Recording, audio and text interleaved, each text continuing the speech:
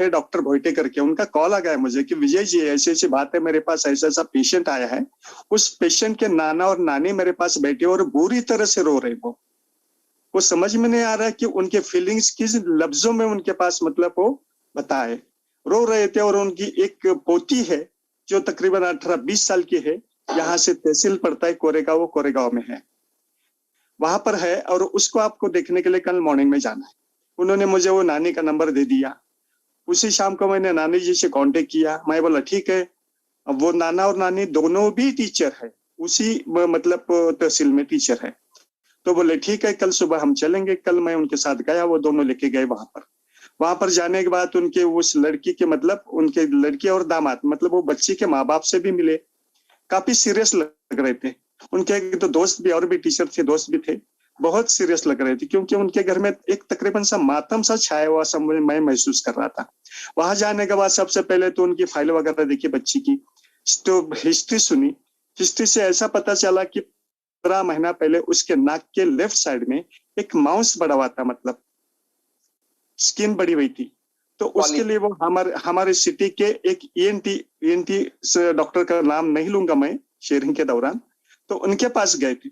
वहां जाने के बाद उन्होंने आज करेंगे कल करेंगे तकरीबन 6 महीने का टाइम पास कर लिया, और 6 महीने के बाद फिर उनको बुलाया ऑपरेशन के लिए।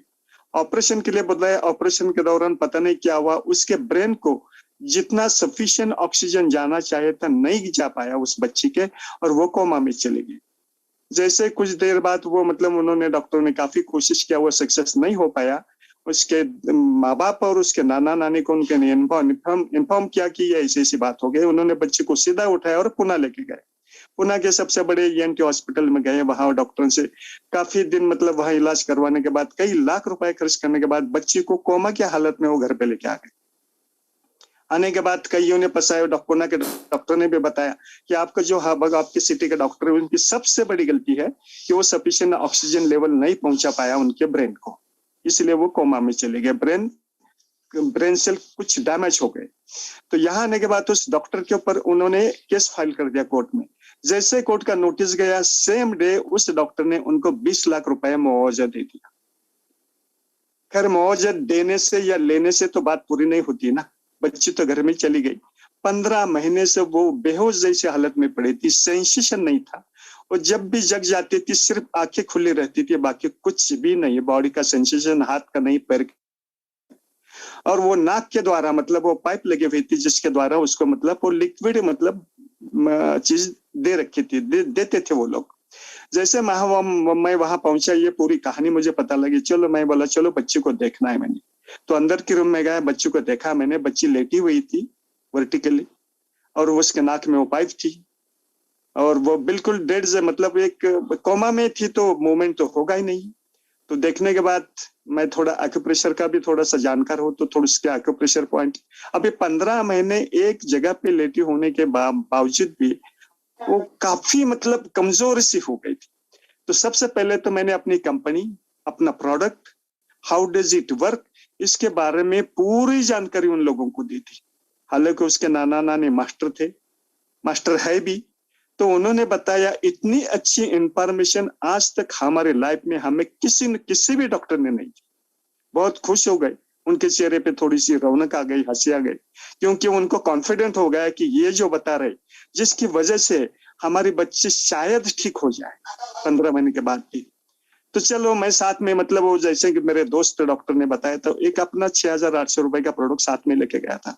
उनका प्रोडक्ट के बारे में बताया, हाउ टू यूज इट बताया, कुछ बातें बताई, क्या देना खाने के लिए, कुछ परहेज, कुछ डाइट के बारे में कोई चीजें बताए। बताने के बाद उन्होंने शुरू किया, उसको लेना शुरू किया। मैं अपने घर पे चला आया। 90 दिन उनके उस बच्ची के माँ का फोन आया, बोला डॉक्टर साहब, मैं बोला काफी खुश लग रही है, आपका आवाज तो बड़ी अच्छी लग रही है आज। बोला आपको अच्छी चीज सुनाने के लिए, अच्छी खबर सुनाने के लिए मैंने कॉल किया। और उन्होंने अपने ही बच्ची का वीडियो निकाल के मुझे डाल दिया व्हाट्सएप पर। वीडियो इस तरीके से था, बच्ची पहले जैसी जिस दिन मैं गया था 9 दिन पहले उसी तरीके से लेटी थी। उसकी माँ उसके मतलब पैर के पास में बैठी थी। एक पैर में वो खुजलाहट कर रही थी, और बच्ची अपने घुटनों से वो पैर ऊपर ऊपर 4-5 बार उठाने की कोशिश कर रही थी। ये पहला समय था 15 महीने के बाद जब बच्चे ने अपनी मूवमेंट शुरू की थी सिर्फ और सिर्फ अपने ई बायोटेरिंग के प्रोडक्ट की वजह से। मैं बहुत खुश हुआ। मैंने जितनी कोशिश की, जितनी बातें बताई, जितनी इंस्ट्रक्शन दी, जितना डाइट बताया, उसकी तरफ से मतलब वो सक्सेस मुझे मिल गया। मैं बहुत खुश हो गया, खुश हो गया। उनको कुछ और बातें करके सब के चेहरे पर हंसी थी, सभी आए थे वहां पर। उसके बाद फिर मैं आ गया। आने के बाद अभी 4 दिन पहले, मतलब 3 हफ्ता हो गया इस बात को, 4 दिन पहले मैंने कॉल किया, बोला मैं अभी अभी आपको एक वीडियो पोस्ट किया है। उनके माताजी बोली, बच्ची की माताजी बोली, शायद आपने देखा नहीं होगा, देख लीजिए, मैं अभी आपको कॉल करने वाली थी।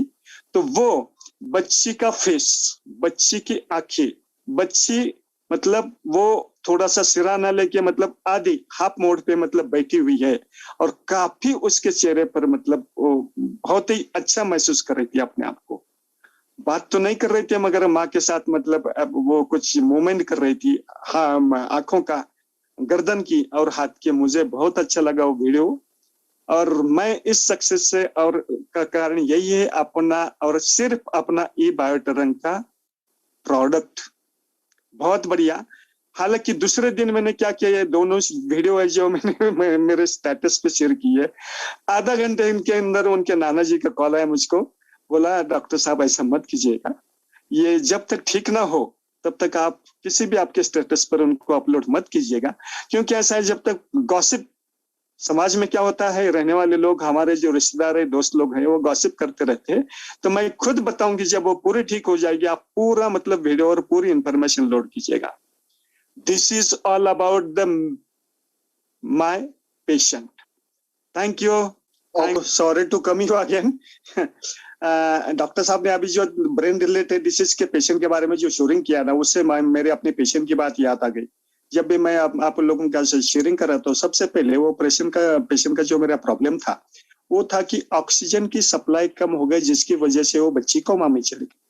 जैसे मैंने आपको थोड़ी देर पहले बताया, वहां जाके प्रोडक्ट कैसे यूज करना इंस्ट्रक्शन दे दिया, तो उसके ब्रेन सेल को मतलब सफिशिएंट ऑक्सीजन नहीं मिली थी, जिसकी वजह से उनके माताजी को मैंने सजेस्ट किया कि ये अपना ये ब्रेसलेट है, ये ब्रेसलेट 3 या 4 घंटे के अंदर 15 मिनट 20 मिनट डेली, सुबह दोपहर शाम 3 टाइम लगाना है।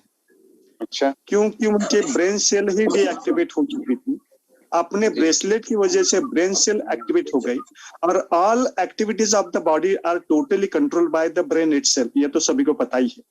तो इस तरीके से वो ब्रेन सेल सिर्फ अपने ब्रेसलेट की वजह से एक्टिवेट करते करते करते करते लड़के का मतलब ये यहाँ तक मतलब इम्प्रूवमेंट हो चुका है। यही बात बताना चाहता था, जो कि सबसे खास बात थी स्टोरी के अंदर की। जी जी जी। Thank you sir, thank you very much, thank you very much.